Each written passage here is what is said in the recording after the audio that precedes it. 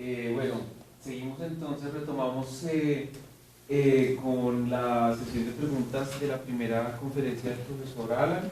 Eh, Desde los comentarios de Facebook, bueno, más que preguntas, hay un comentario de Jorge Luis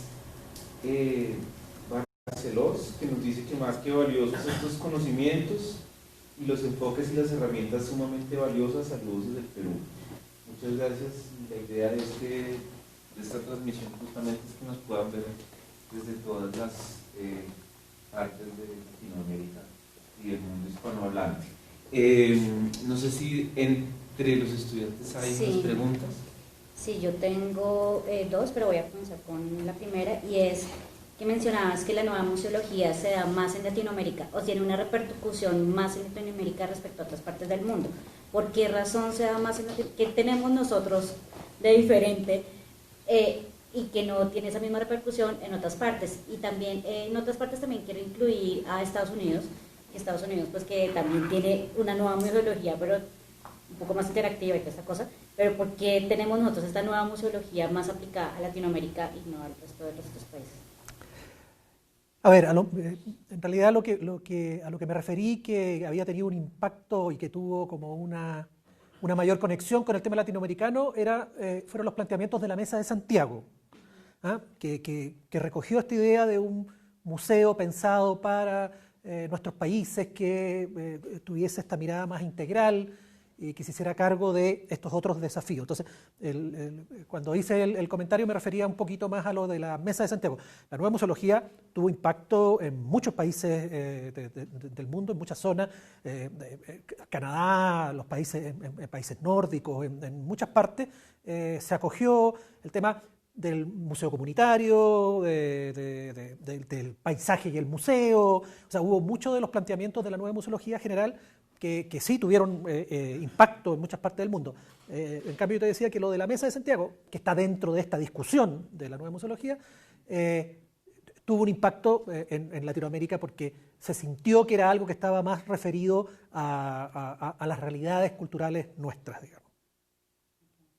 Esa es una primera. Está bien. Ahora, la segunda pregunta que es como de esto de los retos que decías tú, ¿no? Que si nos quedamos como en lo estático, pues sería más fácil, pero yo creo que uno de los grandes retos que era como difícil es la realización de los avalúos para las pólizas, teniendo en cuenta que quien determina estos patrimonios son las comunidades, y estas comunidades son cambiantes. Entonces, como estas comunidades son cambiantes y migran de valoración, ¿cómo o qué estrategia para poder mantener estos patrimonios con unos avalúos estables o pues sí, como medianamente estables, porque lo que hoy en día puede ser patrimonial, mañana ya no es patrimonial, y entonces el avalúo tiene su valor económico, puede cambiar radicalmente? A ver, el tema del avalúo comercial, el avalúo monetario, pensando en seguros, cuando uno quiere, no sé, hay algunas instituciones que tienen asegurada toda su colección permanentemente, pero son pocas. En general, los museos, contratan o toman seguro cuando sus colecciones van a salir del museo y van en una itinerancia o en una exposición temporal a otro lugar, en ese sentido. Y claramente el valor comercial es un valor referencial asociado a un resguardo frente a alguna situación de pérdida o de deterioro, pero que es muy difícil que ese valor comercial refleje el valor patrimonial. Eso, o sea, esa cruzada de datos yo por lo menos no la manejo. Entonces, hay muchos objetos que tienen cargas patrimoniales, pero que además tienen, por distintas razones, un mercado en el comercio. Y hay remates, y hay catálogos, y hay libros, y en el fondo esas son las referencias que uno toma cuando tiene que ponerle el valor a un objeto. Pero hay muchos otros objetos que no están, que no se transan en el mercado normalmente, porque su valor es otro, como el que tú estás planteando. Y en ese caso, lo que nosotros hacemos por lo menos es poner unos valores pensando en qué pasaría si a este objeto se rompe o hay algo, cómo lo podríamos restaurar. Son costos absolutamente relativos, porque no hay manera de ponerle un valor comercial al valor patrimonial. ¿Alguien más tiene alguna pregunta? Ya va realizando café. Dale, Jason. Bueno, primero que todo, muchas gracias por la presentación. Cuando tú estás hablando del proyecto competitivo, de la perfilación y la perfilación de la esencia, tú me hiciste pensar en una pregunta en particular. Digamos, hay casos de museos que le apuestan mucho a tener una programación cultural. Y una persona encargada precisamente de la programación cultural en un evento decía como, lo que pasa es que esta gente viene a nuestros eventos, a nuestros conciertos, a nuestras charlas y demás, pero no visitan el museo. Entonces, solo quería preguntarte si de pronto tú crees que valga la pena movilizar estos públicos y si lo fuera, digamos, ¿cómo podría hacerse?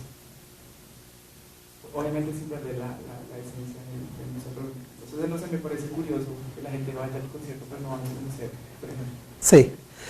Bueno, esa es parte de una tensión en la gestión de los museos que tiene que ver, por una parte, con el interés y la necesidad por obtener un financiamiento, pero también, por otra parte, por llegar a públicos distintos y diversos. Entonces, desde ese punto de vista, tener una programación cultural de extensión distinta o complementaria a la oferta más permanente que está asociada al patrimonio y que el museo resguarda, es válido. Yo no tengo mucho que decir al respecto de eso. Pero claro, si mirándolo desde el comentario que tú haces, me parece que los museos de todas formas deberían tratar de generar alguna acción que permitiera vincular a una parte de ese público, no digo a todos, porque quizás no todo el mundo, pero sí a una parte de ese público que va exclusivamente a un concierto o a una actividad de extensión cultural, con la oferta permanente asociada al patrimonio que el museo tiene. O sea, que se genere un interés por tratar de que así se haga. Yo conozco algunas instituciones museales que, por ejemplo, arriendan sus espacios en horarios nocturnos, que no interfieren con la acción normal del museo, para hacer una cena o alguna gala de alguna empresa, pero siempre tratan de que eso conlleve una visita guiada por algunas salas del museo, o sea, que esas personas que van a una actividad puntual distinta a la propia de la misión del museo, se conecten, conozcan, y eso podrá ser de que hay personas que lo ven y se quedan con eso, pero también podrá pasar que hay personas que lo ven, se interesan y lo difunden y vuelven. Bueno, hay que ver cómo se trata de compatibilizar ambas cosas. El problema, y era un poco lo que yo mencionaba hace un rato, es que si el museo se transforma solamente en una actividad cultural de extensión distinta a su objetivo y su misión de manera permanente o en un porcentaje muy mayoritario, claramente el museo pierde su perfilamiento como entidad que custodia y trabaja con patrimonio.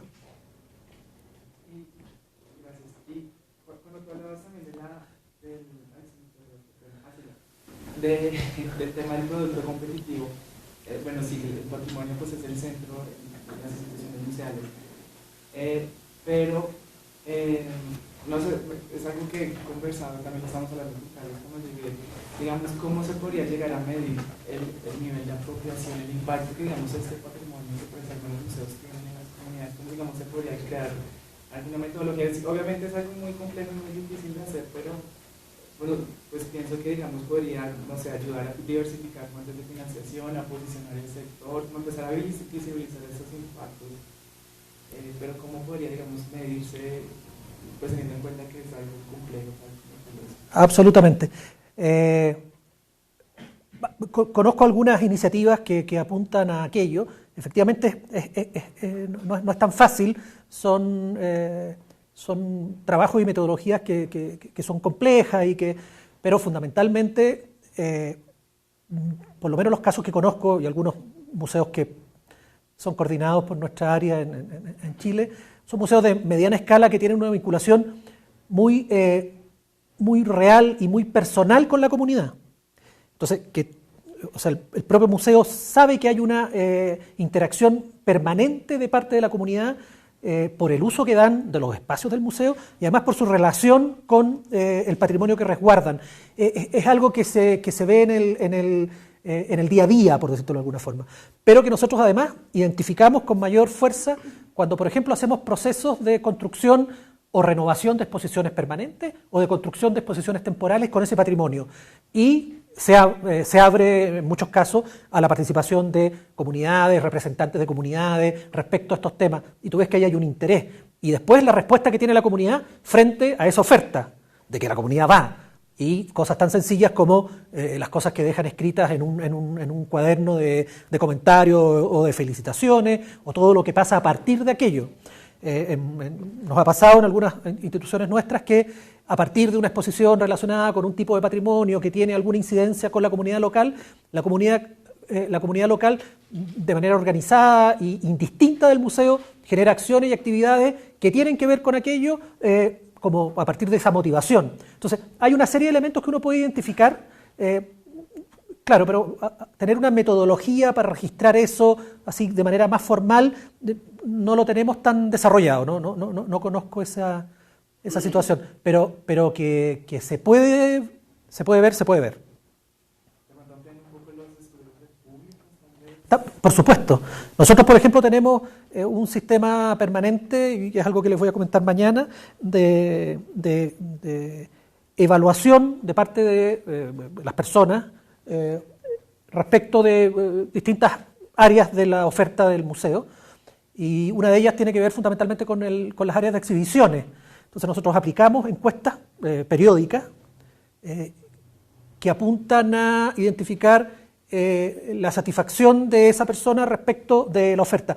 Y toma muchos aspectos, desde aspectos relacionados con la gráfica, la iluminación, la claridad de los textos, la calidad del patrimonio que se exhibe, la importancia o la conexión. Y eso nos da mucha información respecto a qué está pasando con esa oferta de patrimonio a través de una exposición, de este ejercicio comunicacional con las personas que lo visitan. Entonces, yo creo que es clave, y eso también ya está muy instalado, tratar de generar las herramientas necesarias para recibir la opinión y la evaluación que hacen nuestros usuarios, digamos, de lo que nosotros ofrecemos.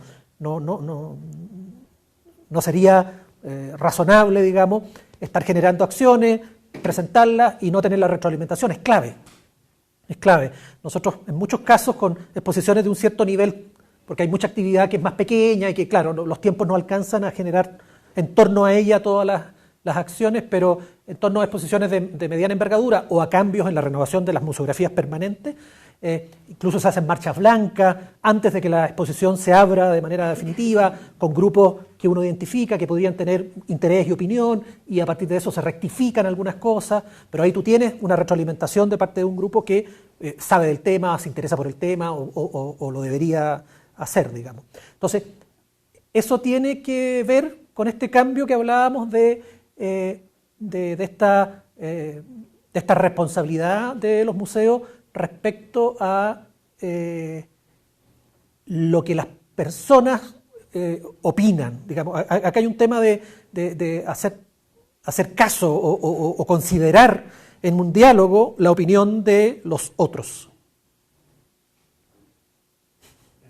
Está bien.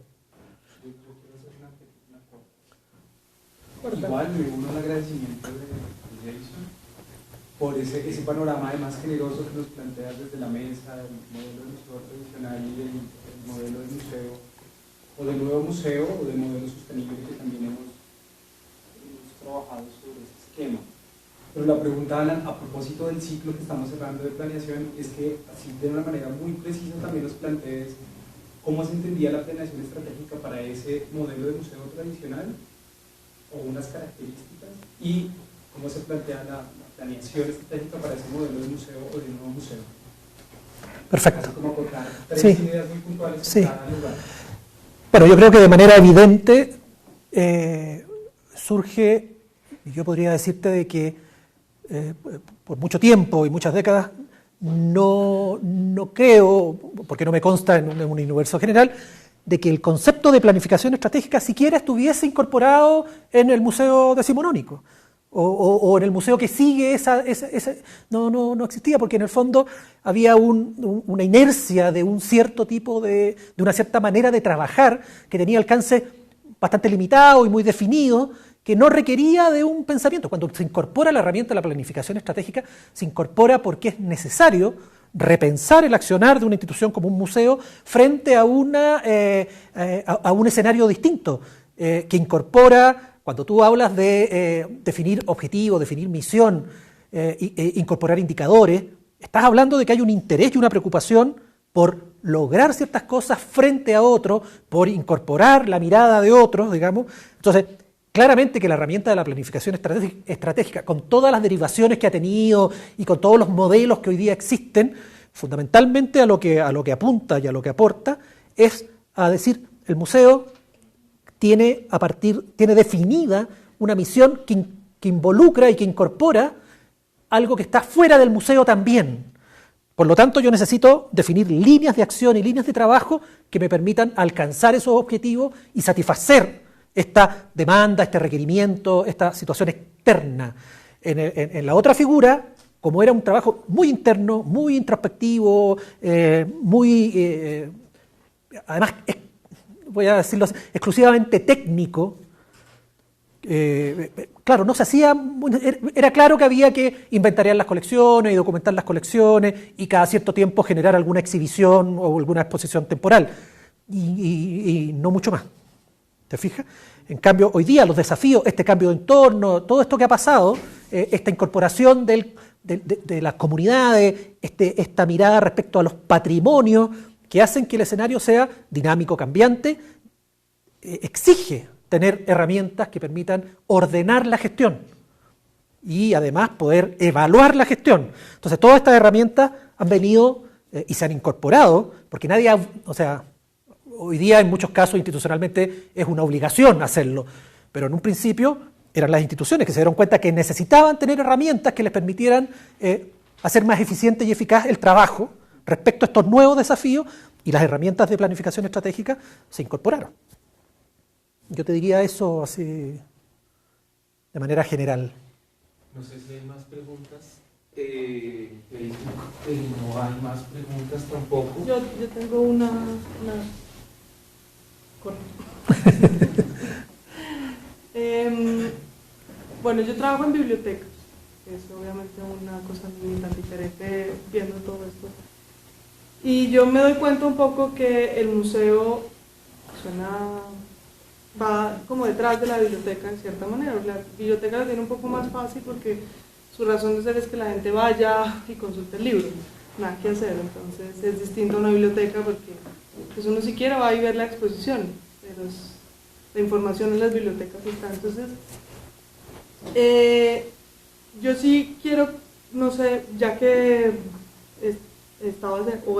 estás en el DIVAM, que es finalmente archivos y bibliotecas también, ¿cuál es como el punto rescatable entre las tres instituciones? O sea, ¿cómo hace, aparte pues del valor que uno le da al patrimonio, porque finalmente es lo que los tres tienen, ¿cuál es qué tiene que aprender un museo de una biblioteca y qué tiene que aprender una biblioteca de un museo?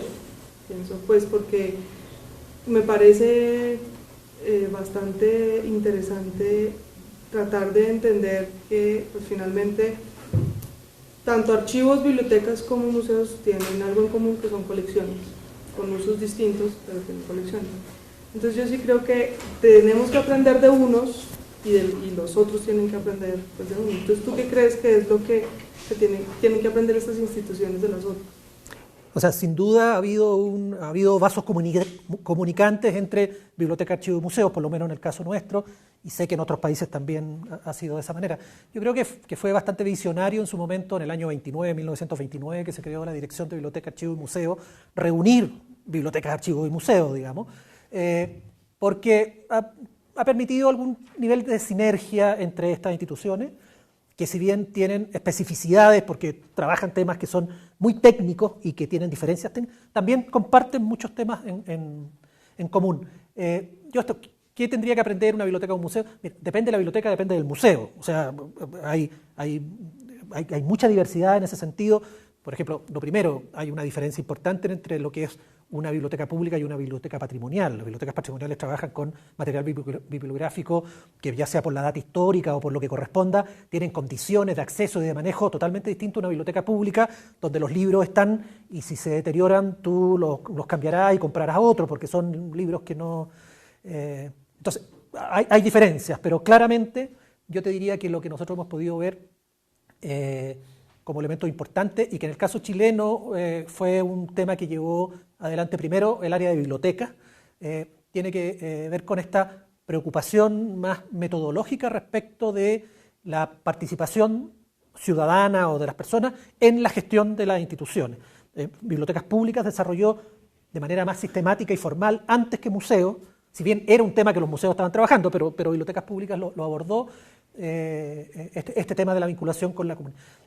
Y por otra parte, el tema del mejorar el acceso de las personas a la oferta también es un tema que compartimos todos, digamos, porque el archivo resguarda material muy importante, pero bueno, hay que ver cómo, yo te diría que ahí hay un cambio de entender cómo todo lo que estas instituciones hacen se debe y es para las comunidades, para las personas. Entonces este cambio de esta figura un poco caricaturesca de la bibliotecaria, que había que como que sonreírle mucho para que te prestara el libro, porque si no, que estaba detrás de un mesón, que el libro tú no lo podías tomar porque había que ver, y si el libro, bueno, que por lo menos a nosotros nos pasó esa figura, bueno, ese cambio a eliminar los mesones, tener las estanterías abiertas, que hoy día, para las generaciones de hoy día, es normal ir a una biblioteca y tú poder tomar el libro que quieras. Bueno, eso no era así hace 25 años, digo, no soy experto en biblioteca, pero más o menos. Entonces, ese tema de ese cambio del acceso, de entender que hay que facilitar esta relación con las personas, yo creo que es un tema que ha permeado entre las tres entidades.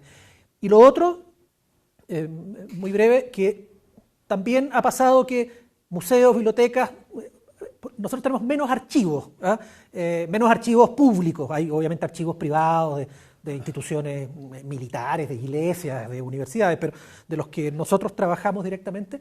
Por eso voy a hacer solo el ejemplo con bibliotecas y museos. En distintos momentos han tenido que asumir distintos roles, porque son espacios que están instalados dentro de una comunidad y que cuando están en sintonía con lo que está pasando, asumen roles. Entonces, por ejemplo, en Chile nos pasó que muchas bibliotecas públicas empezaron a generar rincones de la memoria y tenían dentro de la biblioteca un área, entre comillas, patrimonial, con objetos patrimoniales, con un rescate de una historia local, que uno podría decir, pero eso es trabajo de los museos, pero no. O sea, es una institución que está instalada, que tiene un diálogo con la comunidad muy, muy, muy fluido, y que de repente surge esta necesidad. Y si por alguna razón en ese lugar no había un museo, porque no existía, o el museo que había tenía algún tipo muy específico de trabajo y no estaba recogiendo esto, las bibliotecas lo asumieron. Y así los museos, que también por mucho tiempo, en muchas ciudades o pueblos más pequeños, eran la única institución cultural. Los museos hacían un poco de todo, y eran centros culturales, museos, también un poco biblioteca, eran el cine del lugar.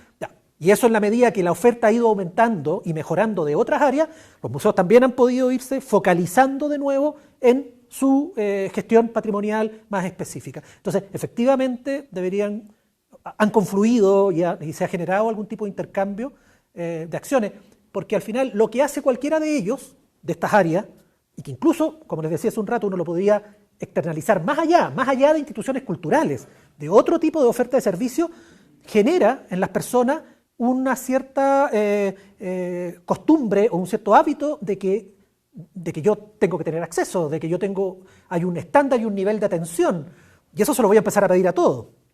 Entonces, cuando las instituciones culturales, patrimoniales, empezaron a avanzar en esto y a mejorar, bueno, una va empujando a la otra y estamos todos tratando de avanzar. Nosotros hoy día en Chile tenemos un par de proyectos súper interesantes que va a permitir, por primera vez en el caso nuestro de ex-DIVAM, hoy día Servicio Nacional del Patrimonio, de unir en una misma infraestructura biblioteca, archivo y museo. Y entender que ahí hay una oferta que se complementa, que por ejemplo, desde un punto de vista de la eficiencia, comparte un auditorio, porque hay un auditorio para el museo, uno para la biblioteca, uno para el archivo, que comparte una sala de exposición. O sea, ¿te fijas? Porque se entiende que ahí hay una oferta que para la gente le hace mucho sentido, que además que funcione de manera unitaria. Eso hace 20 años era impensable, ¿no? juntar físicamente así, biblioteca, archivo y museo, era raro. Entonces sí, efectivamente, y me parece que es lo que hay que hacer, pero además no hay que perder de vista y estar mirando qué está pasando con otras instituciones culturales, como centros culturales, como un teatro, como, ¿te fijas?, como una sala de conciertos, cómo están haciendo la oferta, qué está pasando, porque en el fondo estamos compartiendo un grupo de personas, que la persona que va a la biblioteca será la que va al museo y será la que va a escuchar un concierto. Ese sería el ideal, que hubiese un... Entonces, en ese sentido, claramente hay que aprovechar la experiencia de cada cual. Yo creo que si ya no tenemos más preguntas, entonces un poco como cerrando lo que Alan nos decía en su presentación, y un poco pues en relación con lo que este ciclo de planeación estratégica aborda, ¿cierto? Un poco lo que tú nos planteas de cómo la estrategia, cómo la planeación pues en realidad se convierte en una, como lo llamamos este seminario, en una estrategia de sostenibilidad, en tanto las iniciativas que tú desarrolles que estén por fuera de una planeación de la institución, que estén desligadas de la misión, que estén desligadas de un presupuesto, pues claramente pues van a ser acciones puntuales que no van a tener un grado de sostenibilidad en el tiempo, que es uno de los conceptos pues que digamos, aborda este ciclo desde los 3 módulos de planeación estratégica, que claramente pues se centran en lo que es como tal la planeación, en el que van a ver ahora con Liliana González de la Organización, Gerencia de Administración, un poco que plantea justamente esa pregunta que hacía Carlos González, de cómo tú como museo en realidad te has organizado de una manera distinta, en tanto el mismo museo es distinto, en tanto el mismo accionar, museológico, ha ido cambiando, y claramente pues lo que vamos a ver en el último módulo conmigo, en donde claramente pues planteamos que una acción que esté relacionada con la participación o con la inclusión de las comunidades está desligada del concepto de sostenibilidad, en tanto pues, cuando tú logras que el museo en realidad contemple dentro de su planeación estratégica este tipo de actividades, no se va a volver un poco el gusto del director de turno, de la directora de turno, la persona que esté en el momento, sino que en realidad digamos que todo esto va a confluir en la misma, en esa aspiración que tenemos como entidad, ¿cierto? Y es que podamos tener una sostenibilidad en el tiempo, una sostenibilidad que, como lo ha abordado esta especialización a lo largo de este año que con ustedes están concluyendo y que con los demás estamos en la mitad, es justamente una sostenibilidad que viene desde lo financiero, pero que viene desde lo administrativo, desde lo legal, y muy importante desde el contexto sociocultural, que es a quien nos debemos, y lo que tú un poco muy bien, más bien nos planteabas hoy. Entonces, con esto cerramos esta sesión. Les agradecemos a las personas que nos están siguiendo en Facebook Live, y les recordamos entonces esta tarde, ahora continuamos con las presentaciones de los estudiantes y la retroalimentación por parte del profesor invitado y de la audiencia acá en el aula, y mañana continuaremos entonces con la segunda conferencia de Alan a las 8 de la mañana en este mismo salón I-710, acá para los que no están acá, es en los edificios nuevos de la universidad, los 2 edificios blancos, grises, pues que se ven desde lo lejos. Acá estamos en el salón I-710. Igual continuaremos mañana la transmisión Facebook Live, y bueno, pues muchas gracias entonces a todos. Estamos pendientes a sus preguntas vía Facebook Live, y las personas que quieran venir de manera presencial, bienvenidos. Entonces, muchas gracias, Alan. No, muchas gracias. Muchas gracias a ustedes y gracias a quienes nos siguen en Facebook.